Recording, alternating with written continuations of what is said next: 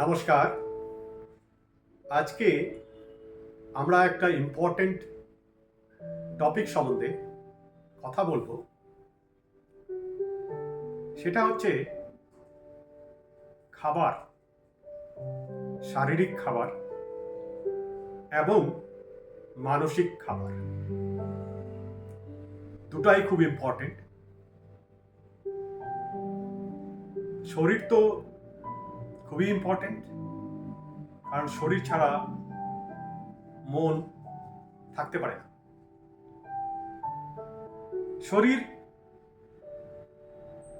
খুবই ইম্পর্টেন্ট, কিন্তু মনটা আরো ইম্পর্টেন্ট, কারণ মন জন্ম জন্মান্তর অব্দি যাবে। প্রথমে শরীরের খাবার সম্বন্ধে কথা বলি।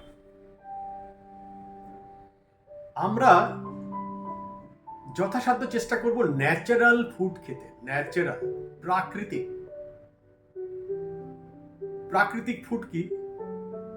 যেমন ফল, আমরা যদি ওটাকে রান্না না করি আমাদের রান্নাঘরে,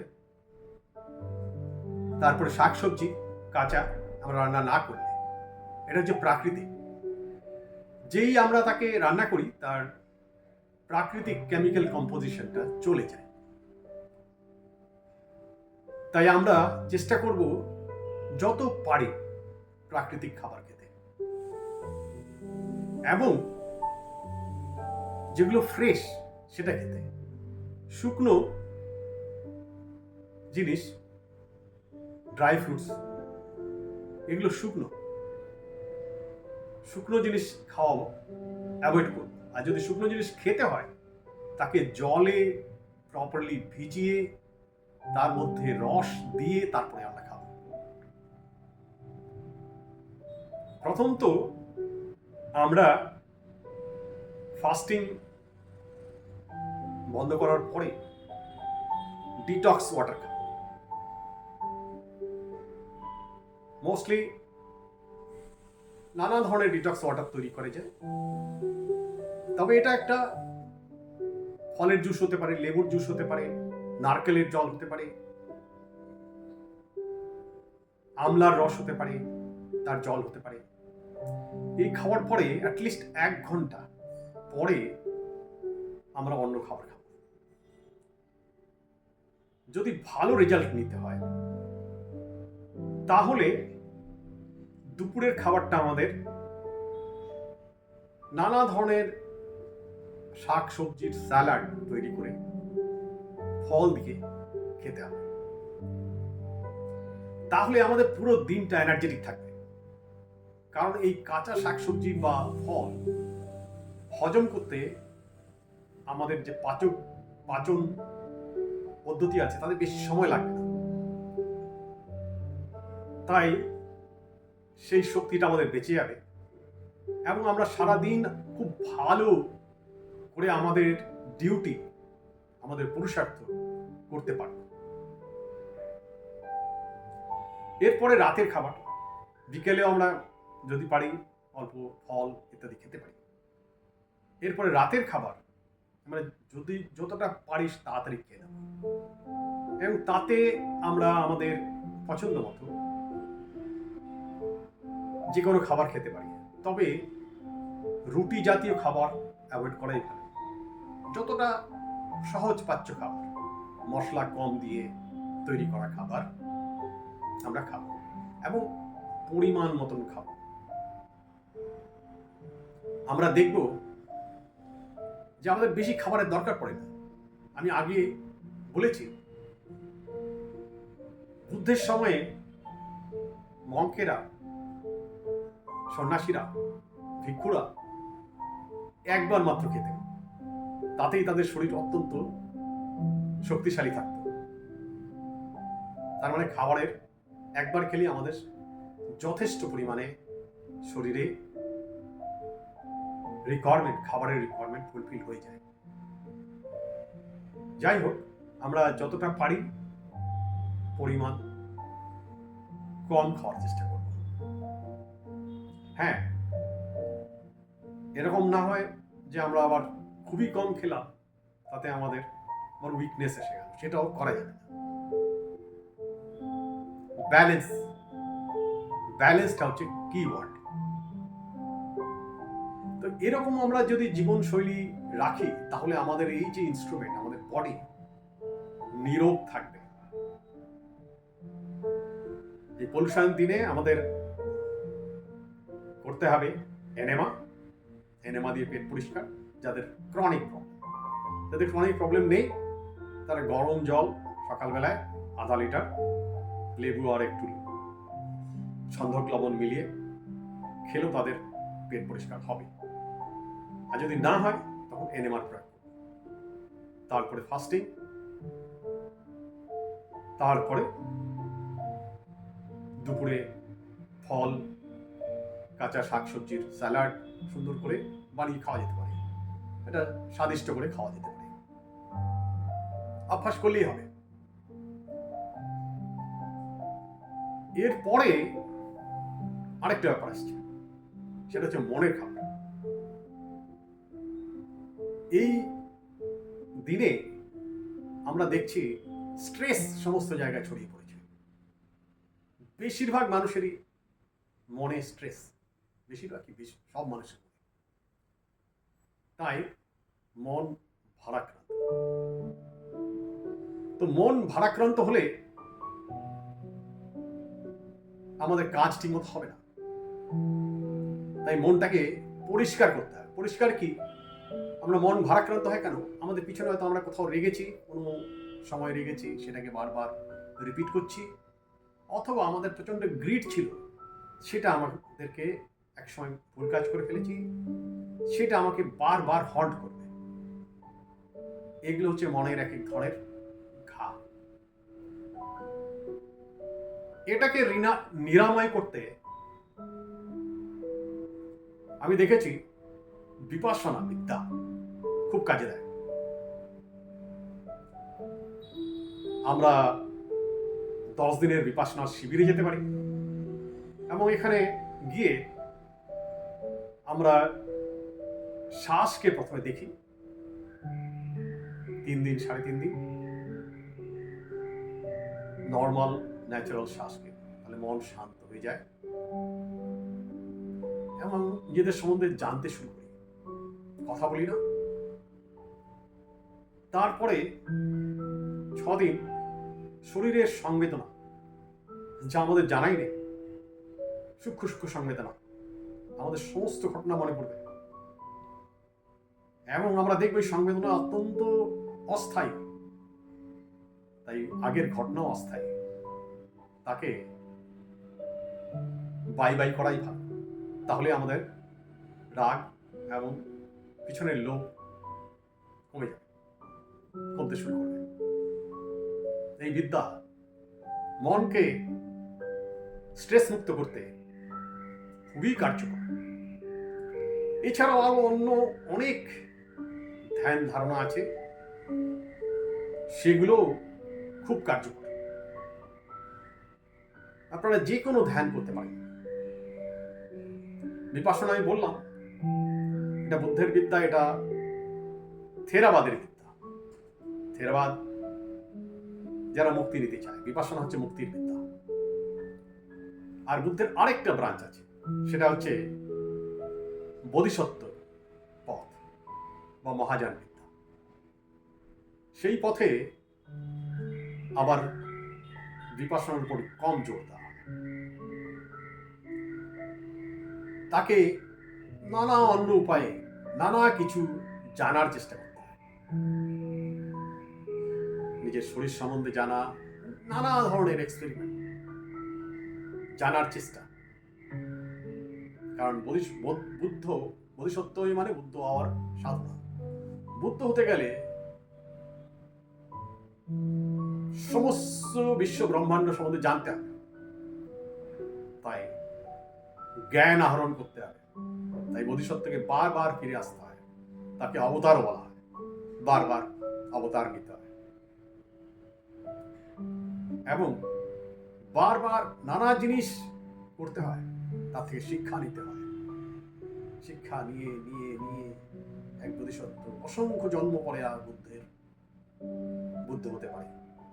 আর যারা বুদ্ধ হতে পারে না, তারা বুদ্ধের কাছ থেকে শিক্ষা নিয়ে মুক্তি লাভ করে। আর থেরাবাদে হচ্ছে বুদ্ধের শিষ্যদের কাছ থেকে শিক্ষা নিয়ে বিপাশনা বিদ্যা নিয়ে মুক্ত হওয়া। এটা একটা শর্টকাট বিদ্যা, বাট দুটোই খুব দরকারি।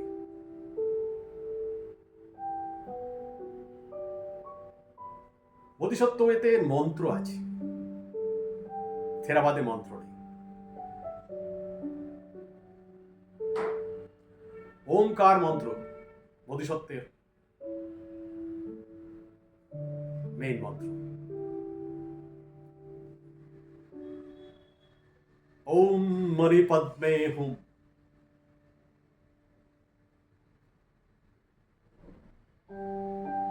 মণিপদ্মে আছি। পদ্ম এমন ফুল যার মধ্যে যে কাদার থেকে উৎপন্ন হয়, কিন্তু তার মধ্যে কাদা লাগে না, অদ্ভুত। আর মণি মানে ডায়মন্ড, তার থেকে শক্ত কিছু নেই। সত্যের পথে যারা দৃঢ় তারা এরকম হয়, সত্যই সব।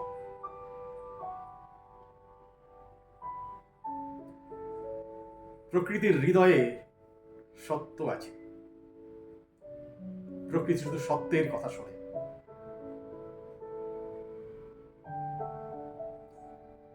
তাই এই বোধিসত্ত্বের ওইতে অসংখ্য এক্সপেরিমেন্ট আছে, সমস্ত রকম এক্সপেরিমেন্ট।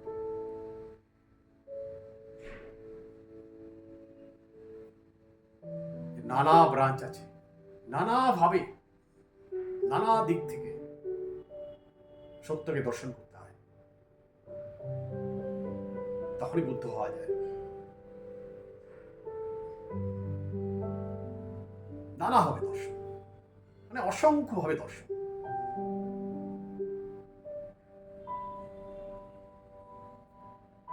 তো এটাই হচ্ছে মনের খাবার। যারা যে পথ নিতে চায় তাদের সেই পথ, কিন্তু মনটাকে ঠিক না করলে হবে না। আর মনটাকে ঠিক করার মেইন কথা হচ্ছে অন্য প্রাণীদের প্রতি কম্পেশন, দয়া, ভালোবাসা, প্রেম থাকতে হবে। এটা থাকলেই ধৈর্য আসবে। কারণ যে তোমার ক্ষতি করেছে সে অজ্ঞানতা বশে করেছে। অনেকে জেনে শুনেও করে, কিন্তু জেনে শুনেও তার অজ্ঞানতা আছে, ইগনোরেন্স আছে, তার বশে করে। তার প্রতিও ক্ষমা, দয়া, কম্পেশন, প্রেম। তার মানে এই না যে একবার আমাকে ডসলো তাকে আমি বারবার ডসতে দেব, তা নয়। যদি ডসে তাকে লাঠি দেব, এটার উপর ডস। কাউকে দিয়ে বুদ্ধি দেবো, এভাবে করলে তুই এরকম পড়বি। নানা ভাবে লাঠি দেওয়া যায়, লাঠি, দড়ি। যে জলে ডুবছে তাকে গিয়ে রক্ষা করা অত্যন্ত কঠিন, নিজে ডুবে যাওয়ার সম্ভাবনা আছে। তাই তাকে লাইফ বয় দিতে হয়, রশি দিতে হয়, লাঠি দিতে হয়। এই সংসার একটা মহাসমুদ্র, তাতে বেশিরভাগ লোকই হাবুডুবু খাচ্ছে।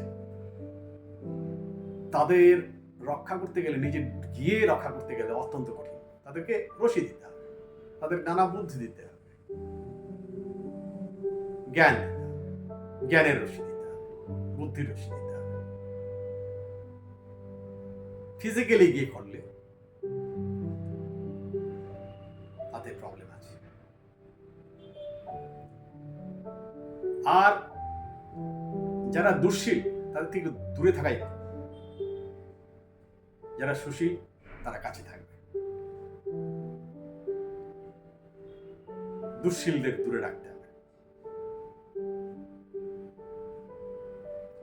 কারণ সত্যের ফাউন্ডেশনই হচ্ছে শীল সদাচার, মোরালিটি। সত্য ঈশ্বর। সুতরাং যাদের মধ্যে সত্যের পরিমাণ কম, তাদের ফাউন্ডেশনটা খুবই নড়বড়ে, যে কোনো মুহূর্তে অ্যাক্সিডেন্ট হতে পারে। তাই বুদ্ধ বলছেন, অশুভানু পশ্চিং বিহরন্তং ইন্দ্রিয়েষু সুষুম্ভূতং ভোজনন্মি মত্তন্নু সাধ্যং আরদ্ধ বীর্যং তং ইয়ে নপ্পসহতি মারো বাতো শেলঙ্গ পপ্পতং। যখনই বিহার করবে, ইন্দ্রিয়কে, মনকে বশে রাখবে, ভোজনের মাত্রা একদম মাত্রা মতো রাখবে এবং প্রচন্ড পুরুষার্থ করবে, তখন যমদূত মার প্রবেশ করতে পারবে না।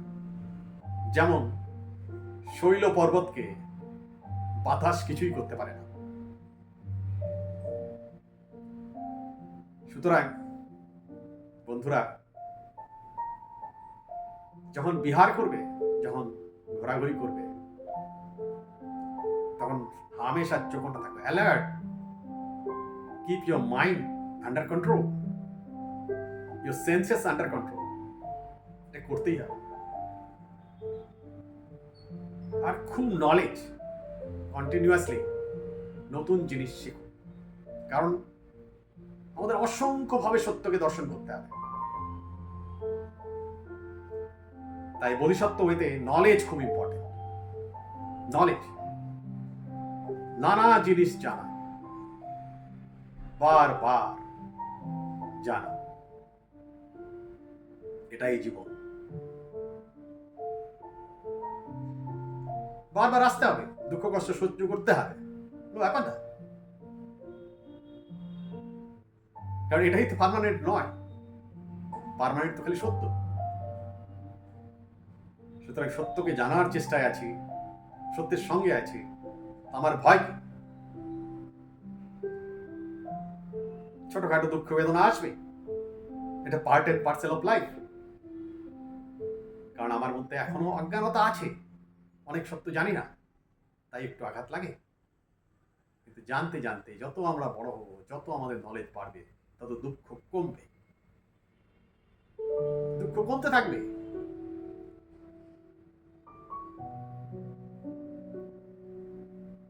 নলেজ বাড়াতে হবে, খুব ইম্পর্টেন্ট। এটাই মনের খাবার, নলেজ, জ্ঞান। জ্ঞানী হতে হবে, পণ্ডিত হতে হবে, সত্যের অনুসারী হতে হবে, ব্রহ্মের অনুসারী হতে হবে।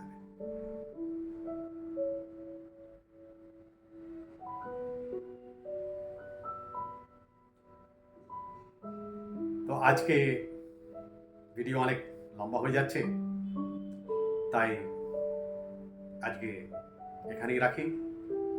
আর যদি মনে হয় যে এই ভিডিওগুলো আপনাদের মনকে সমৃদ্ধ করছে, তাহলে দেখতে থাকুন, কমেন্ট করুন, লাইক করুন আর সাপোর্ট করুন। সাবস্ক্রাইব করুন আমার চ্যানেল অর্ণব মল্লিক গোস্বামী। কেন গোস্বামী? যদি স্বামী হতে হয়, ভালোবাসা দিতে হবে, ভালোবাসা দিতে হবে, প্রেম দিতে হবে, সর্বজীবে প্রেম, তখনই স্বামী হওয়া যায়। গো মানে প্রাণী, সর্বপ্রাণী, সেই অর্থে।